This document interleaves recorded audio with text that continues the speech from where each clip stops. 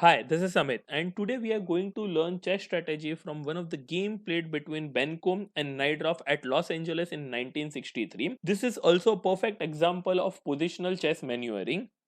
So it is White's turn. What do you think should White play now? How should he continue? If you'll observe this position carefully, Black has a weak f5 square in this position. How can White capitalize this? How can White take advantage of this weakness? It would be really great if White is able to get this knight on f5 square, because f5 is a weak square and none of your opponent's pawn would be able to control that square. We need to find a route by which I can get my knight on f5 square, and the ideal route would be knight d1, knight to e3 and knight to f5. Now my own rook is on d1 square, so I need to vacate that square for my knight. So White should play rook d to h1.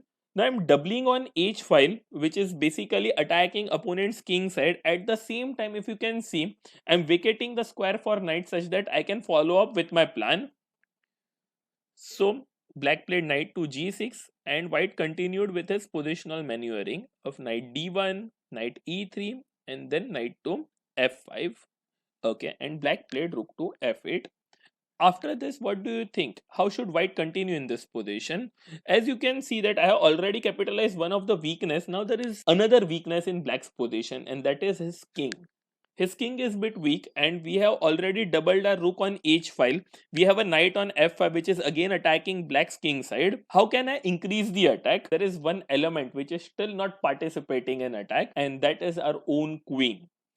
Once I get this queen into the attack, game would be over. So how can I achieve this? What should White play now? You can pause the video and think about the plan. White should play queen to d1.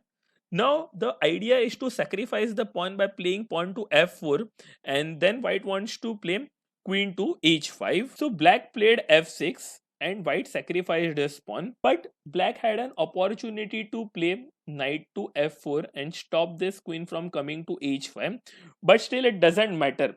White will still be able to attack Black's king. So in this case, White should play bishop into f5.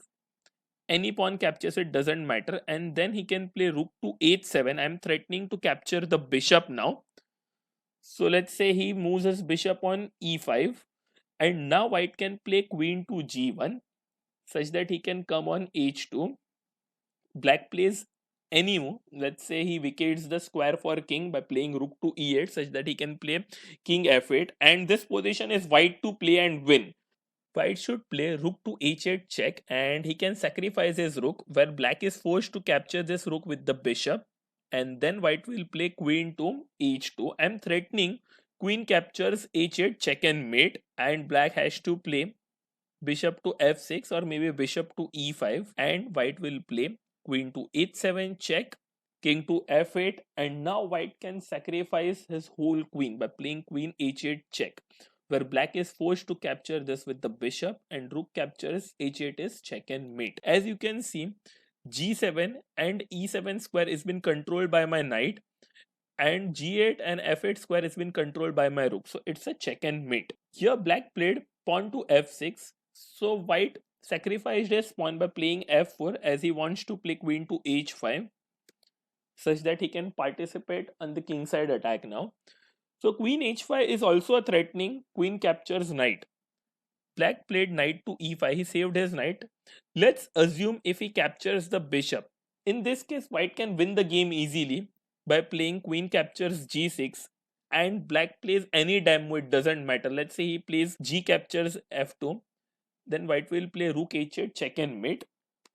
The king can't capture the rook because it's been guarded by my own rook. The bishop is not able to capture my rook because it's under an absolute pin by my queen. So after f4, Black played e captures f4, queen h5 and knight to e5.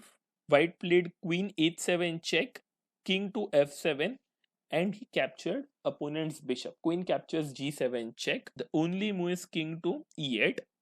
You can again pause the video and think. It is White to play and win. White played a brilliant queen sacrifice over here. He played queen into f8 check, king into f8 and rook h8 check, where Black resigned. Black resigned because he was not having any other option. Even after the only move, that is king to f7, White will play rook captures the queen, And even if black captures the bishop, it doesn't matter. After f captures g3, white is clearly up a whole rook and he's clearly in a winning position. That's it for the day, my friends. I'll see you in the next video. Bye.